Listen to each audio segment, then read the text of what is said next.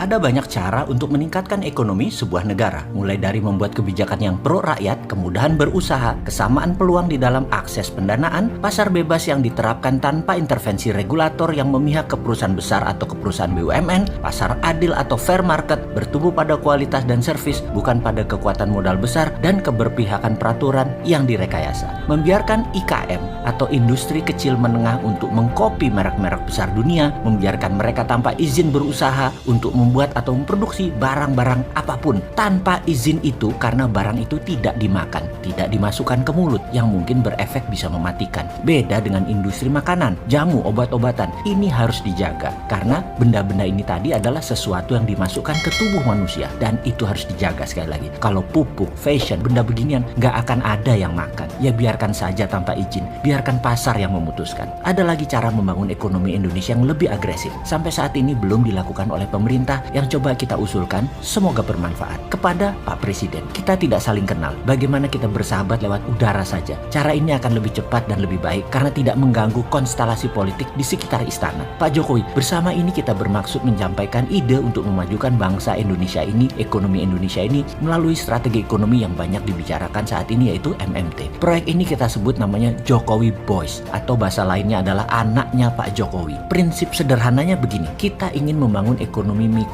langsung oleh pelakunya. Kita tahu membangun ekonomi paling cepat adalah modali mereka yang sudah terbukti berhasil. Usahanya jalan, manajemennya bagus, profitnya bagus. Pasti orang itu sanggup dan punya leadership yang bagus, punya manajemen skill yang bagus, dan nalurinya mencari peluang bisnis serta profit pasti sudah mumpuni. Biasanya usia mereka telah melewati pahit manis berbisnis, usia kira-kira 30-45 tahun, di mana secara waktu sudah punya usaha lebih dari 10 tahun. Kita gunakan teori trickle down, yaitu kita modali dia, modal yang di atas, dengan kemudian mereka akan membangun bisnis dengan mitra-mitra UKM sebagai suppliernya. Cara ini akan lebih cepat membangkitkan ekonomi kerakyatan. Jokowi Boys adalah program. Kita mencari di setiap kabupaten 1-5 orang yang akan kita berikan modal. Lalu di tingkat provinsi ada 1-5 orang. Di setiap provinsi juga akan negara modali. Modalinya bagaimana maksudnya? Kita berikan mereka standby loan. Loan ini sangat rendah biaya bunganya, bahkan boleh 0 atau hanya biaya administrasi bank. Setiap orang di tingkat provinsi dapat standby loan 1 triliun misalnya. Uang tersebut baru cair kalau ada counterpart, dalam tanda petik misalnya dia beli hotel, bangun pabrik, menambah aset produktif lainnya. Bank yang mencairkan dana tersebut akan memegang aset tersebut sampai lunas tentunya. Kelincahan standby loan ini akan membuat setiap daerah bisa bertumbuh dengan menggelontorkan dana ke mereka yang sudah pengalaman dan terbukti berhasil. Syarat lain Pak Jokowi Boys ini adalah bukan orang yang itu-itu lagi. Cari kader baru. 5 dikali 33 provinsi itu sekitar 150-an orang, dan 5 dikali 400-an kabupaten kota adalah sekitar 2000-an orang. Manusia unggul tentunya. Provinsi sampai 1 triliun, di kabupaten kota kita berikan sampai 500 miliar. Dan program ini adalah program 4 tahun ke depan. Total nilai investasinya sekitar 1.150